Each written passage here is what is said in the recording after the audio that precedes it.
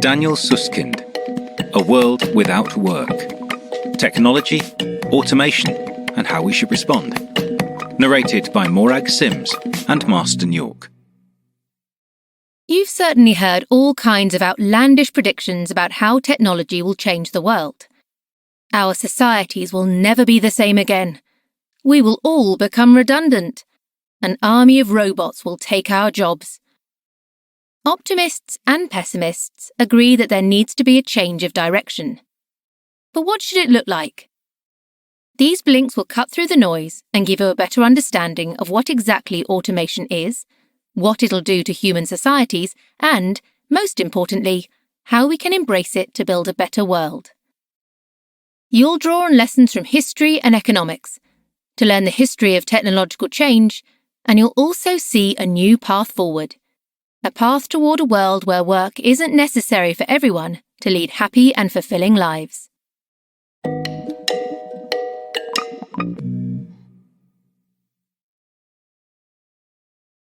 Blink 1 of 7. Machines are taking over. You've probably heard that before, right? And it's not hard to see where the argument comes from. Every year brings new technological innovations. As computers and robots become smarter and smarter, will humans become, well, unnecessary? Of course, real life is not quite so simple, so no need to fear. Machines will never take all our jobs. Their effect on the labour market is much more nuanced. The key message here is machines will replace some jobs, but they'll also complement others.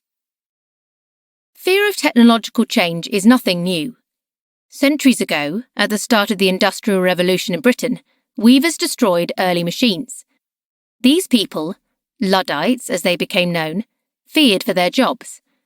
And they did have some reason to worry. Rapid technological change in their industry caused massive upheaval. But was that change all bad? Well, while some workers did suffer, others benefited. If a low-skilled worker learned how to use the new machines, his output increased massively and, eventually, so did his earnings. New technology is often complementary. While it replaces some workers, it makes other workers more productive. How? By helping them with some of the more difficult tasks. For example, algorithms that can process legal documents haven't replaced lawyers.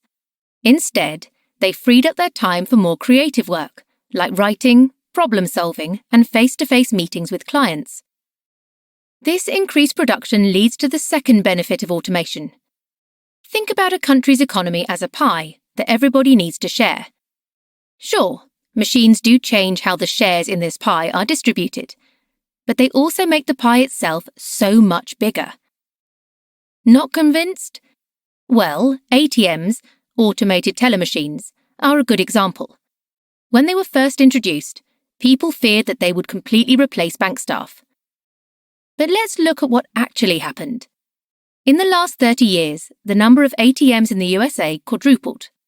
At the same time, the number of human bank tellers also rose, by about 20%. ATMs replaced tellers when it came to handing out cash, sure, but they also freed up humans to give financial advice and offer personalised support. The economy grew, and overall demand for banks and financial advice increased.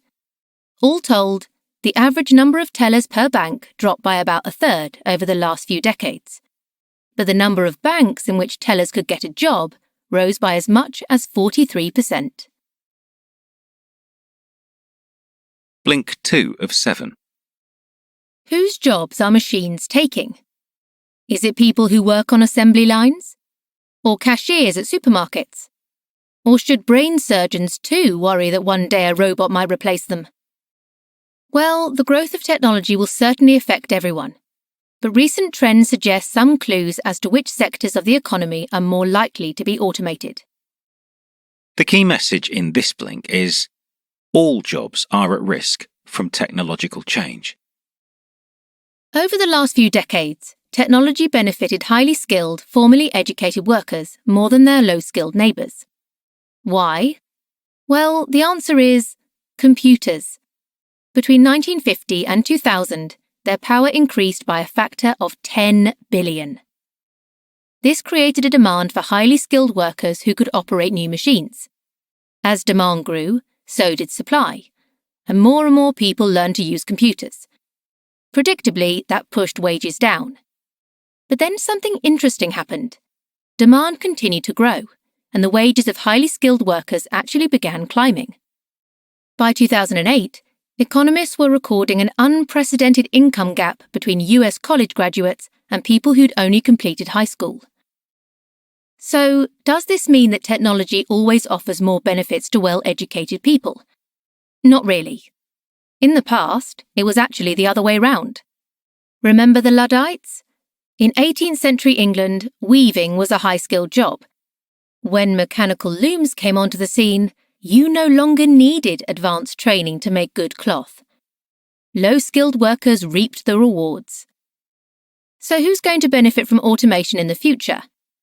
Economists believe that technology is boosting both low and high-skilled jobs. It's the middle class that suffers.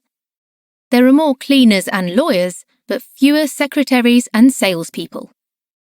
One explanation for this was put forward by a trio of MIT economists.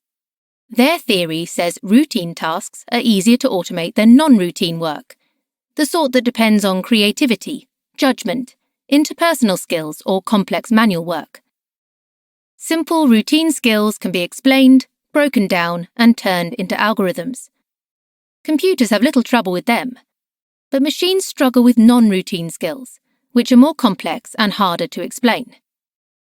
For a long time, people believed that non-routine jobs were safe from automation because scientists couldn't teach computers to do them. However, that's beginning to change. As we'll see in the next blink, machines have already begun to teach themselves.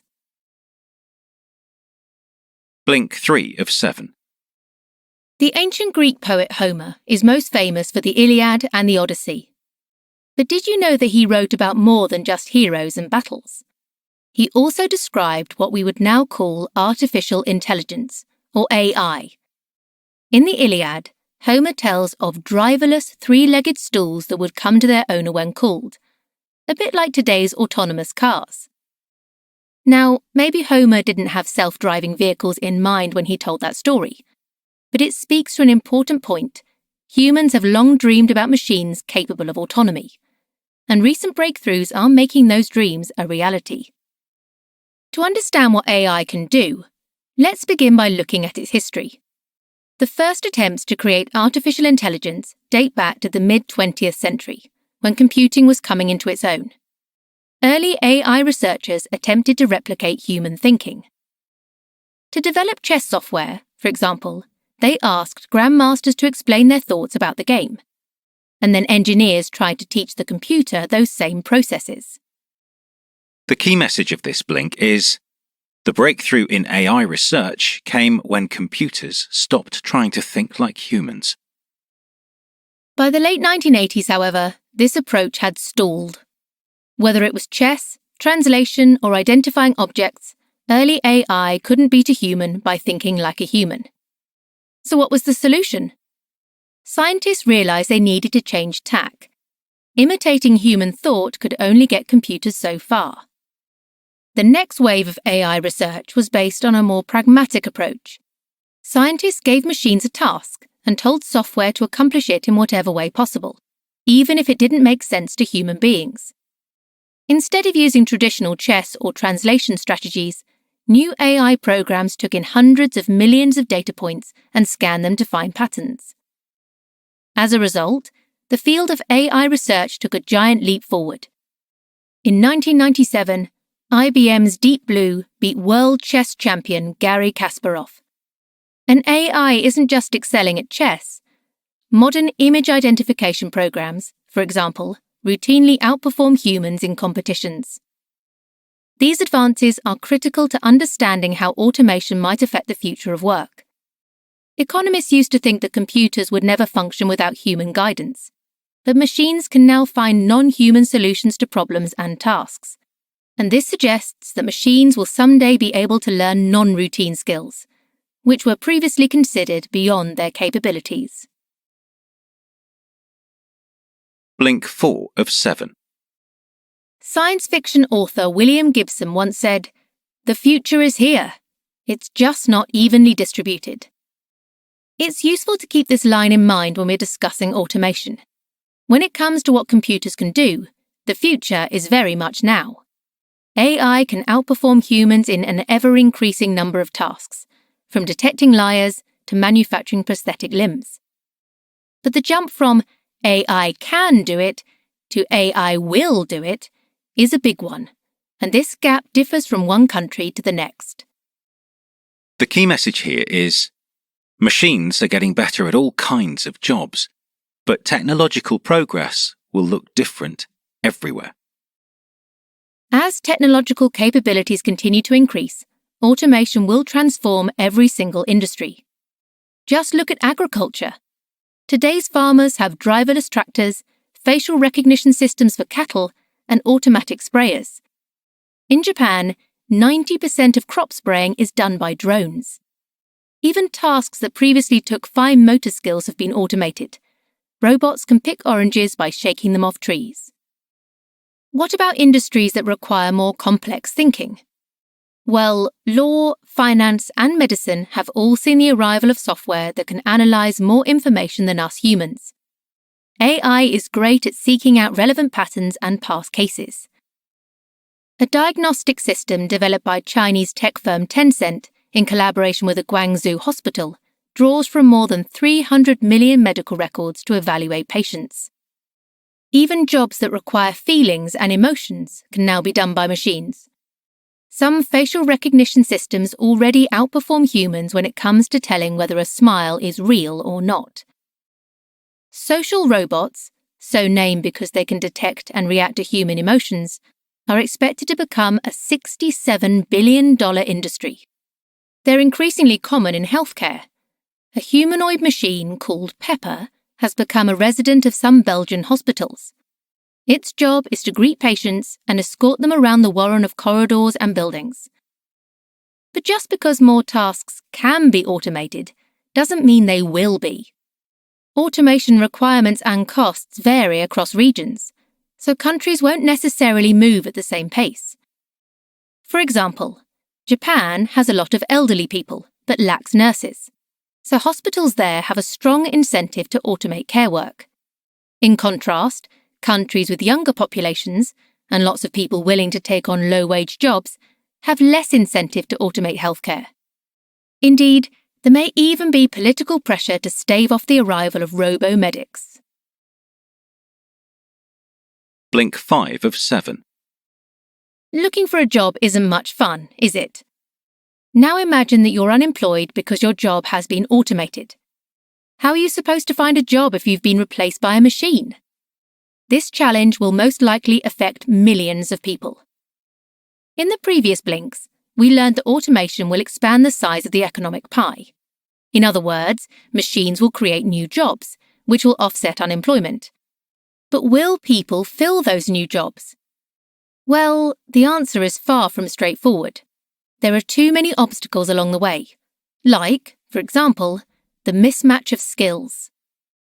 The key message in this blink is, increasingly capable machines will lead to huge job losses. Suppose most new jobs are high-skilled, things like specialists in AI management. That would be of no help to low-skilled factory workers. Or consider the geographic mismatch. Would you want to move hundreds of miles for the sake of a job? The internet has helped with this by making remote work more feasible, but geography still matters. Think of Silicon Valley, which attracts so many tech companies. The number of talented programmers in the region means that startup founders often move to Silicon Valley to find talent and form new connections. Economists call such obstacles frictions. Scientists believe that they're all short-term, that they'll smooth out in the long run. But there's something that won't go away: structural change of the labour market. We've seen that technology boosts productivity and overall output. As technology keeps advancing, though, it will reach a point where it won't need humans at all. Think of the cars, for example. First, GPS complemented humans by giving taxi drivers the ability to take more efficient routes.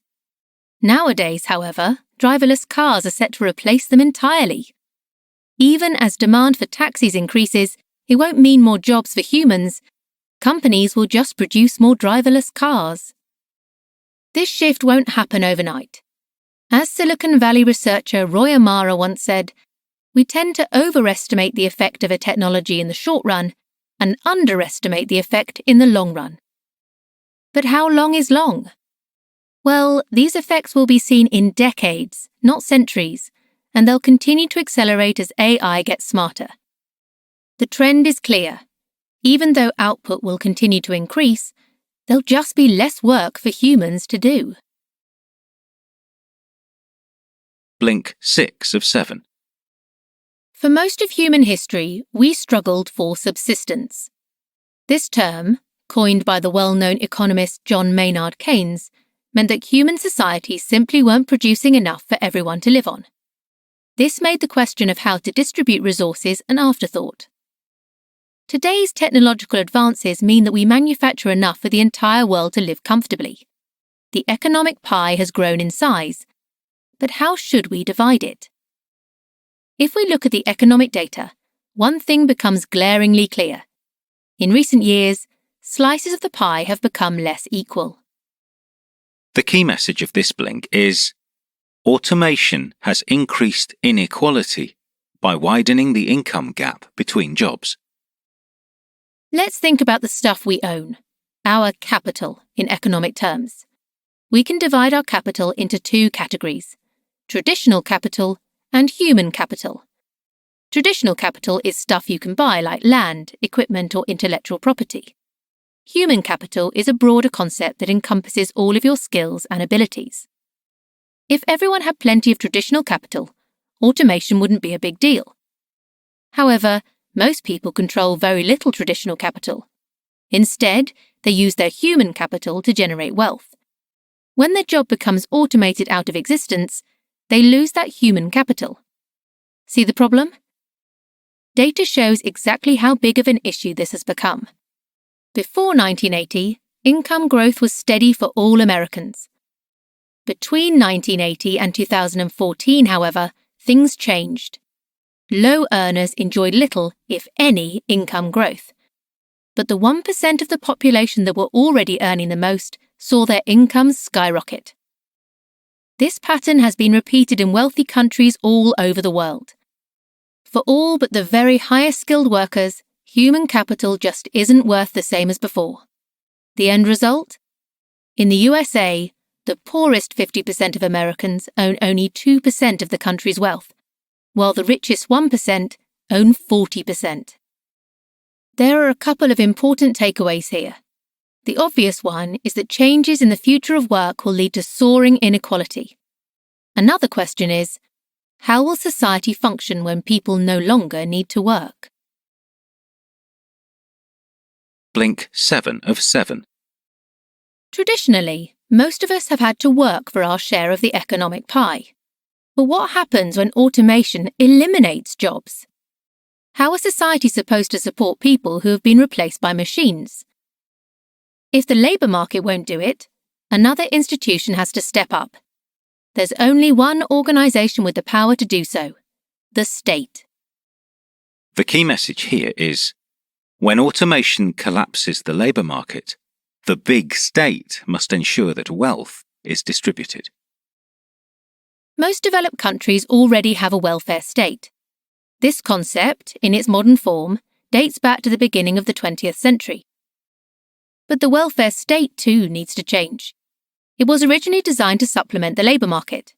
The fundamental principle was that people who work support those who don't. Employment was the expectation. But in the automated world, this will no longer be the case. The welfare state will have to be replaced by what the author calls the big state, an institution that understands there won't be enough work for everyone. The big state will have to accomplish two primary goals: tax those who benefit from automation and redistribute income to those who are harmed by it. The big state can tax workers like software developers or tech company managers. And it can also collect money from owners of traditional capital, including land, machines, or property rights. Finally, this state can tax businesses, especially those receiving extra profits because of all the automation they use. Once the big state has gathered all this cash, how should it distribute the money? Some economists have floated the idea of a universal basic income, or UBI, which would provide cash payments to everyone. But the author thinks this idea can be tweaked even further.